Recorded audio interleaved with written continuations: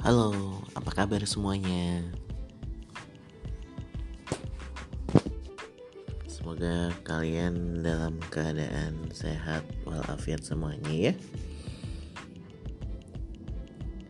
Baik, dalam video atau podcast ini kita akan membahas mengenai bagaimana kita merancang skema dan juga budget dalam kegiatan pelatihan yang akan kita selenggarakan.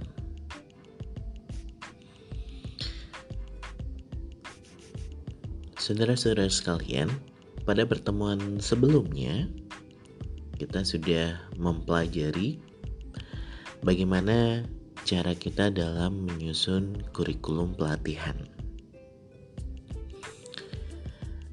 Sekedar flashback, dalam menyusun kurikulum pelatihan kita memperhatikan teori atau pendapat dari para ahli bagaimana cara meningkatkan satu variabel yang ingin kita tingkatkan.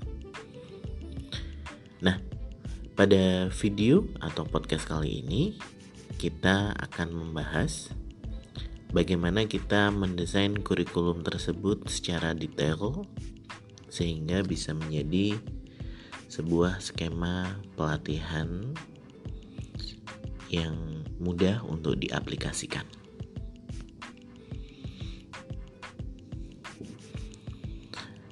Saat kita bicara mengenai skema pelatihan, maka ada 4 hal yang perlu kita perhatikan. Skema pelatihan yang pertama yaitu dari segi materi itu sendiri. Ini adalah hal yang paling penting, yang paling utama, karena materi ini yang akan menghasilkan para lulusan atau memastikan bahwa para peserta pelatihan kita nantinya akan bisa mengembangkan dirinya sesuai dengan tujuan pelatihan yang sudah kita buat. Skema pelatihan yang kedua yaitu metode dan juga tempat pelatihan. Bagaimana kita memilih metode yang tepat sesuai dengan materi yang sudah kita buat dan juga menentukan tempat pelatihannya. Tentu saja saat kita mau melakukan pelatihan, tempat pelatihan ini harus juga disesuaikan dengan metode dan juga materinya. Skema yang ketiga yaitu skema untuk melakukan evaluasi. Kita harus selalu ingat bahwa setiap kegiatan pelatihan yang kita lakukan harus bisa dievaluasi baik dari segi proses maupun dari segi hasilnya. Dan yang terakhir, the last but not least, adalah budget.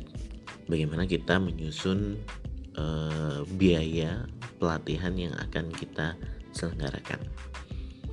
Nantinya kita akan bahas 2 macam budget. Yang pertama budget saat kita melayani klien untuk menyelenggarakan satu kegiatan pelatihan, dan yang kedua bagaimana menyusun budget saat kita membuat kegiatan pelatihan yang kemudian akan kita tawarkan kepada publik siapa yang ingin mengikuti kegiatan pelatihan yang kita adakan.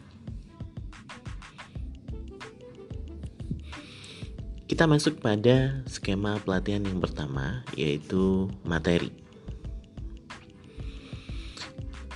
Kita tidak boleh melupakan bahwa dalam merencanakan sebuah kegiatan pelatihan, kita harus melakukan asesmen kebutuhan terlebih dahulu. Asesmen ini bisa kita lakukan dengan cara menyebar angket kepada para klien kita atau melakukan wawancara untuk melihat kebutuhan pelatihan apa yang sebenarnya diinginkan oleh calon klien kita. Atau jika kita ingin mengadakan kegiatan pelatihan untuk umum, maka kita perlu melakukan analisis kebutuhan. Kira-kira menurut pasar, yang dibutuhkan pasar hari ini itu apa? Sehingga kita bisa menawarkan sebuah kegiatan pelatihan yang nantinya akan banyak diminati oleh para calon klien kita.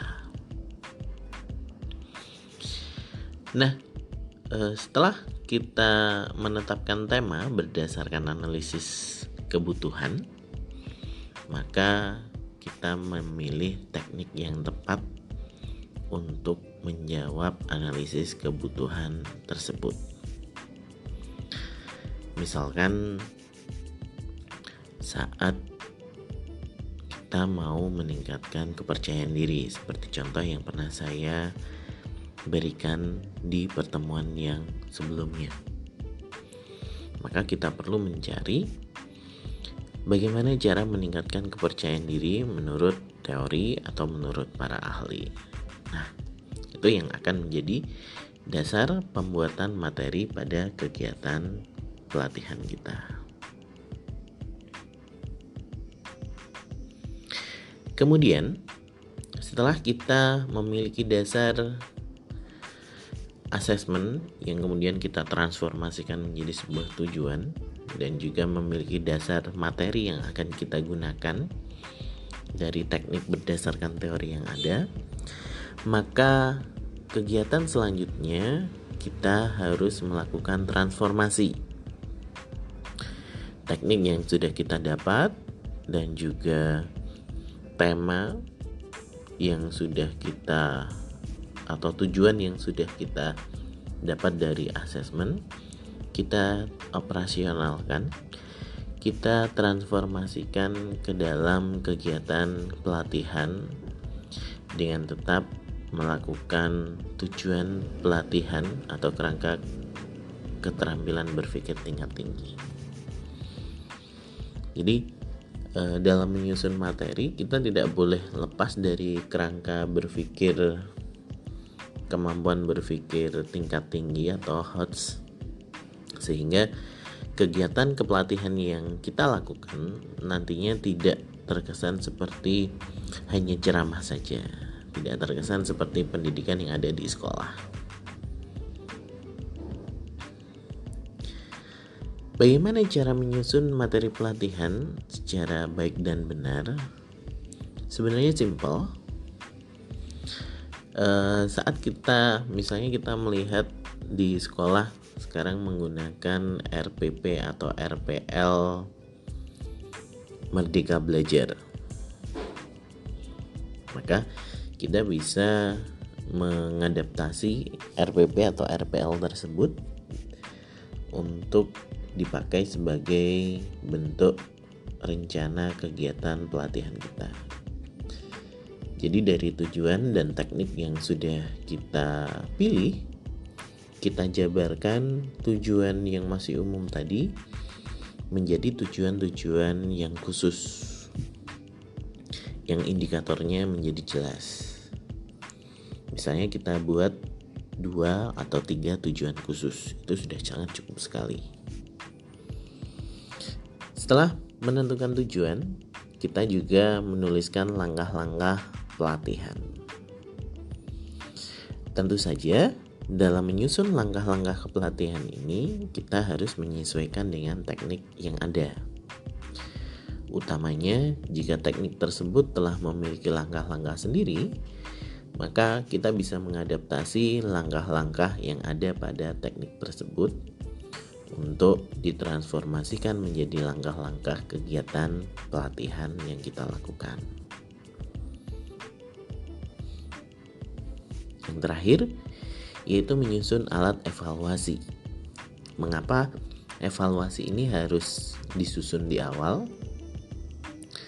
Agar kita selalu ingat tujuan pelatihan kita apa dan bagaimana cara kita mengevaluasinya. Nanti kita akan bahas lebih lanjut pada bagian evaluasi. Nah, setelah kita menyusun materi pelatihan kita, berdasarkan teknik. Kita breakdown dalam langkah-langkah pelatihan. Mungkin kita awali dengan tahap awal yang ada di bimbingan kelompok atau di konseling kelompok, mulai dari perkenalan, kemudian di tahap transisi, memastikan bahwa semua peserta telah siap, dan juga di tahap intinya baru kita masuk ke langkah-langkah seperti yang ada pada teknik atau metode yang sudah kita pilih. Baru nanti di akhir kita akhiri dengan evaluasi. Nah, menyusun materi pelatihan memang membutuhkan proses kreatif, sehingga kegiatan kepelatihan yang kita berikan kepada para peserta itu bisa sesuai dengan karakteristik mereka. Misalnya kalau muda, mungkin kegiatan kepelatihannya bisa melibatkan banyak kinestetis atau kegiatan-kegiatan fisik.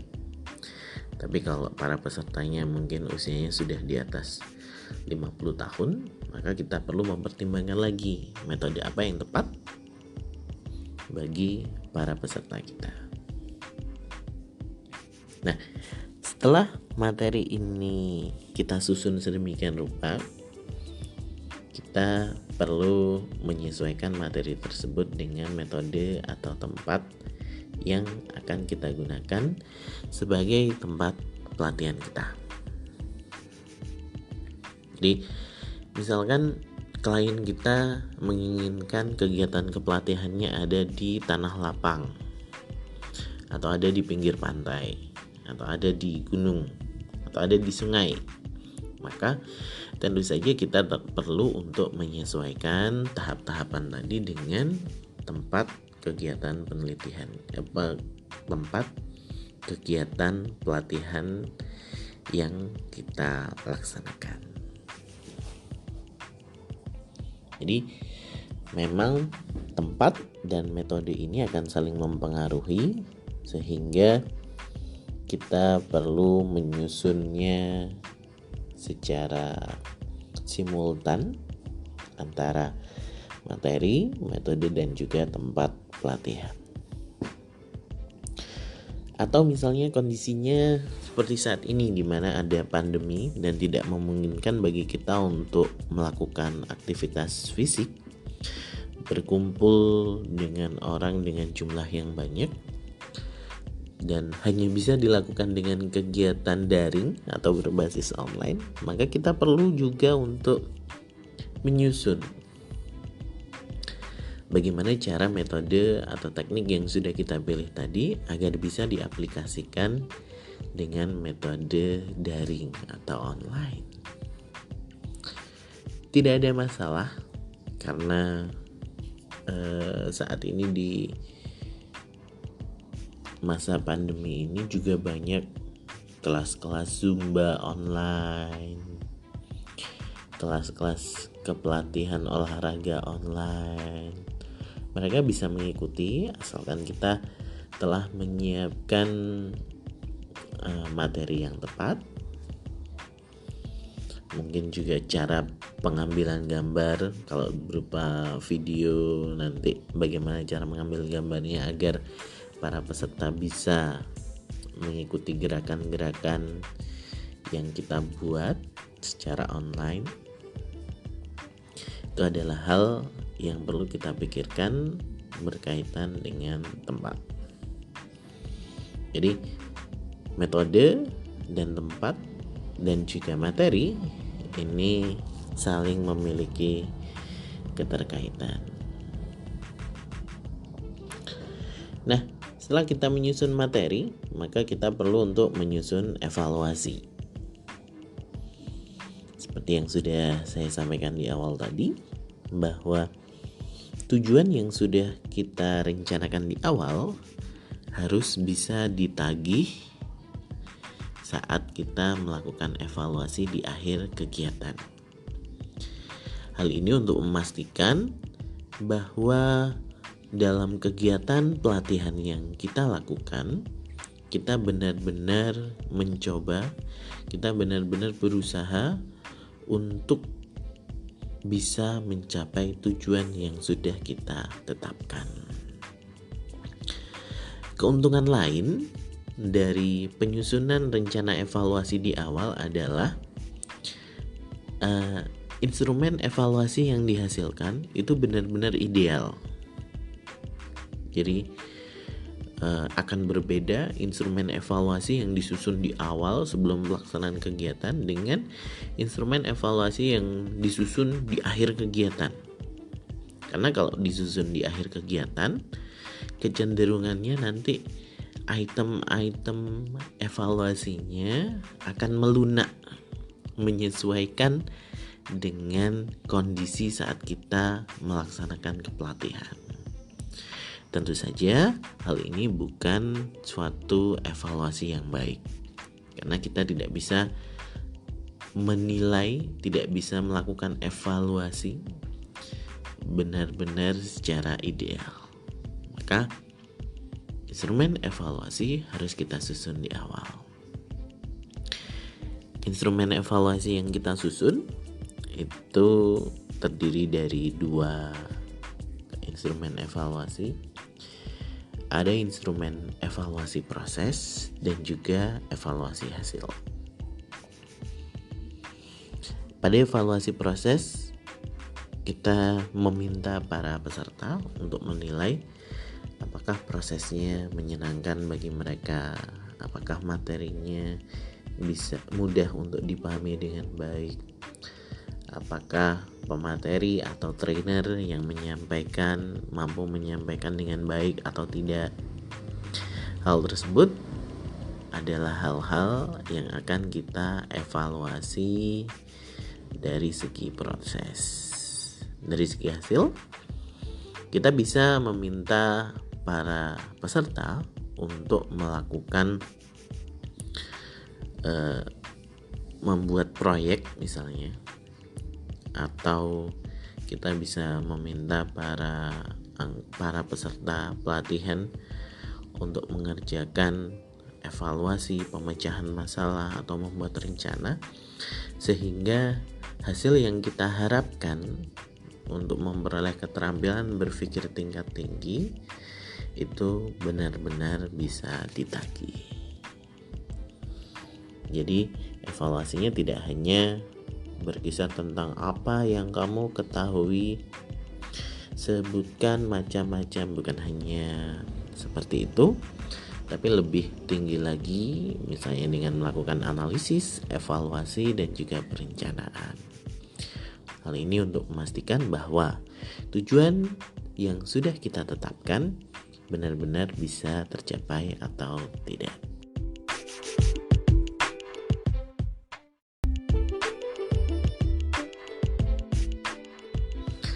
Tahap berikutnya dalam merencanakan kegiatan kepelatihan adalah merancang budget atau biaya dalam pelatihan.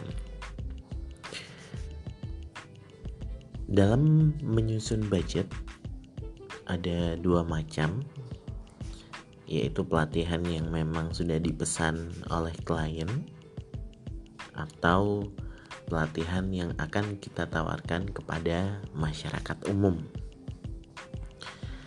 Untuk pelatihan yang kita diminta oleh klien dalam mengisi suatu kegiatan pelatihan, maka ada beberapa hal penting yang perlu diperhatikan dalam menyusun budget. Yang pertama yaitu biaya untuk sewa tempat apabila kegiatan kepelatihannya dilaksanakan di luar kantor, misalnya di pinggir pantai, di lapangan, di tempat wisata, dan lain sebagainya. Maka kita perlu untuk menyusun berapa biaya sewa untuk tempat pelatihan tersebut. Yang kedua yaitu biaya konsumsi selama kegiatan kepelatihan. Perlu dihitung dengan baik. Konsumsi ini termasuk konsumsi peserta dan juga panitia dan pemateri yang harus dihitung berapa jumlah harinya. Misalkan pelatihannya lebih dari 1 hari. Kemudian honor pemateri. Jadi walaupun kita sendiri yang menyelenggarakan kegiatan, kita perlu melakukan plot untuk honor pemateri ini. Yang jumlah honornya mungkin saja berbeda dengan honor panitia. Kemudian budget berikutnya yaitu budget untuk pembelian alat, bahan, dan juga handout dalam kegiatan pelatihan kita. Misalnya kita akan melakukan outbound, maka kita perlu untuk menghitung alat dan bahan yang dibutuhkan apa saja. Kalau kegiatan kepelatihannya membutuhkan handout yang harus dicetak, maka kita juga harus menghitung biaya untuk pencetakan handout tersebut. Dan apabila seperti pada masa saat ini, misalnya musim pandemi, apabila kegiatan pelatihannya harus dilakukan dengan daring atau memakai internet, maka kita perlu memperhitungkan biaya untuk internetnya dan juga biaya berlangganan provider meetingnya. Misalnya pakai Zoom yang berbayar untuk menghindari keterbatasan waktu di Zoom yang free. Jadi itu adalah komponen-komponen yang perlu dipersiapkan dalam kegiatan pelatihan saat kita diminta oleh klien untuk mengisi kegiatan pelatihannya. Nah, saat kita ingin menyelenggarakan pelatihan untuk masyarakat umum, di mana nanti pelatihan kita tawarkan kepada orang lain untuk menjadi peserta, maka komponen budget yang harus diperhatikan adalah sewa tempat, konsumsi, ditambah biaya untuk melakukan promosi di sosial media maupun di media yang lain. Misalnya kita menggunakan promosi berbayar dari Instagram, maka biaya promosi itu perlu kita masukkan dalam komponen biaya, sehingga dalam menyusun berapa biaya yang harus dikeluarkan oleh para peserta untuk mengikuti kegiatan pelatihan ini sudah termasuk dalam biaya promosinya. Berikutnya yaitu honor pemateri, honor panitia, honor pembelian alat, bahan, dan juga handout, dan biaya internet atau langganan provider meeting apabila kegiatan pelatihannya disusun atau dilaksanakan dengan cara daring. Jadi, perbedaan antara kegiatan pelatihan yang kita harus lakukan atas kerjasama dengan klien dan kegiatan pelatihan yang kita adakan kemudian kita menarik masyarakat umum untuk mengikutinya adalah di biaya promosi yang harus ada. Karena biaya promosi ini akan menentukan apakah kegiatan pelatihan yang kita lakukan itu akan banyak diminati atau tidak. Promosi yang dilakukan sebenarnya tidak hanya pada saat sebelum kegiatan dimulai, tapi juga kita perlu membuat promosi atau menampilkan materi promosi kita berbentuk testimonial atau selesai kegiatan kepelatihan yang kita lakukan, kita upload di Instagram, kita buat Instagram berbayar sebagai bentuk testimoni untuk menarik para peserta yang akan mengikuti kegiatan kepelatihan kita di periode berikutnya. Sehingga perlu diperhitungkan biaya promosinya tidak hanya untuk awal kegiatan saja. Nah, itu adalah skema kegiatan pelatihan yang harus dipikirkan saat kita mau menyusun sebuah kegiatan kepelatihan. Apabila kalian memiliki pertanyaan, silahkan dituliskan pada kolom komentar. Terima kasih.